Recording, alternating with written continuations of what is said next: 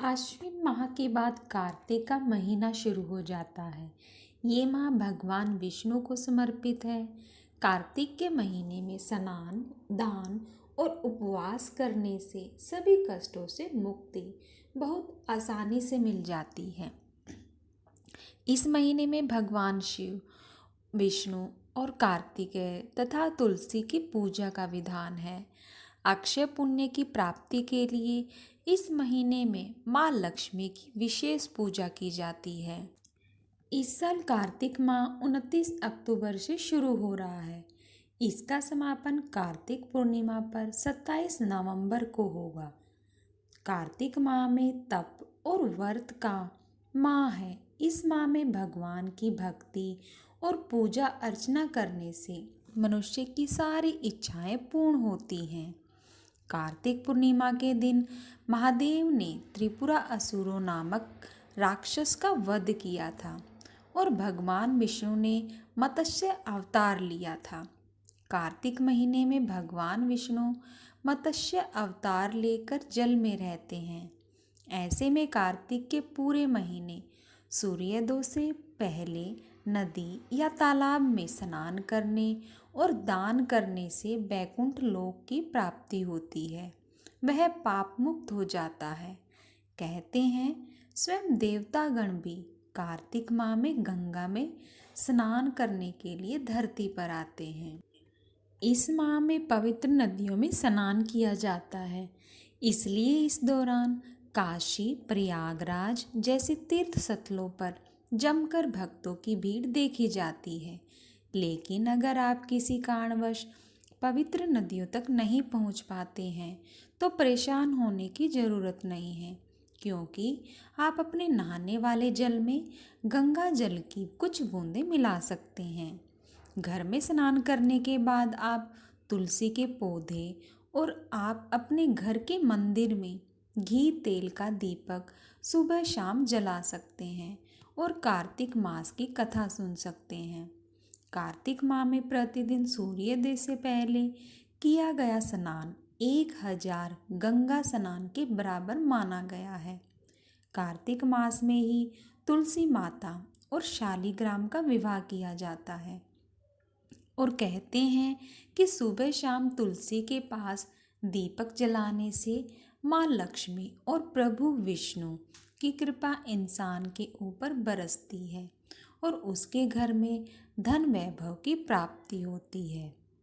कार्तिक माह में अन्न, धन एवं वस्त्र दान का भी बहुत महत्व है। ये महीना संयमित होकर प्रभु में ध्यान लगाने का होता है। इससे इंसान को हर तरह का सुख और शांति मिलती है। भक्तों का सीधे साक्षात्कार श्री हरि से होता है। इसलिए लोग इस माह का बेसब्री से इंतजार भी करते हैं। अगर आप स्नान करने गए हैं तो हाथ में कुशा लेकर स्नान करें, जिससे आपको कर्म फल की प्राप्ति हो। इसी प्रकार अगर आप दान कर रहे हों तो आप अपने हाथ से पहले जल दान करें और फिर किसी और चीज़ का दान करें।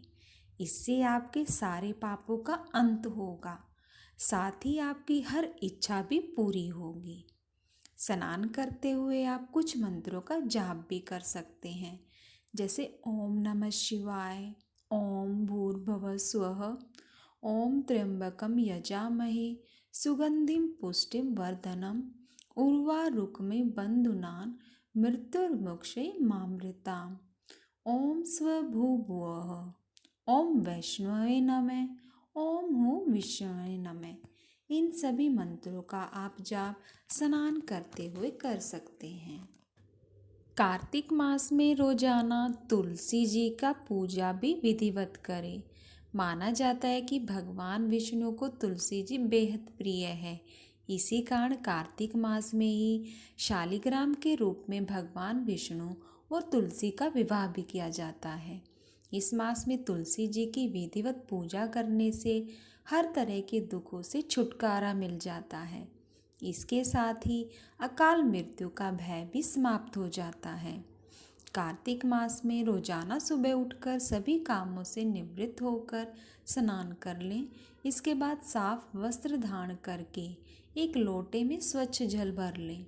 इसके बाद तुलसी के पौधे की जड़ में धीरे धीरे जल अर्पित करें। इसके साथ ही तुलसी के गमले में स्वास्तिक का चिन्ह भी बना लें। आप चाहे तो रंगोली भी बना सकते हैं। अब पूजा आरंभ करें। सबसे पहले जल चढ़ाएं। इसके बाद तुलसी के पौधे पर फूल, माला, सिंदूर, अक्षत, चुनरी आदि चढ़ाएं। इसके बाद भोग लगाएं। घी का दीपक और धूप जलाकर मंत्र का जाप भी करें। श्री ह्रीं क्लीं ऐं वृंदावनै स्वाहा। अंत में विधिवत आरती कर लें। इस बात का ध्यान रखें कि रविवार के दिन तुलसी को ना छुएं। इस दिन तुलसी छूने से दोष लगता है।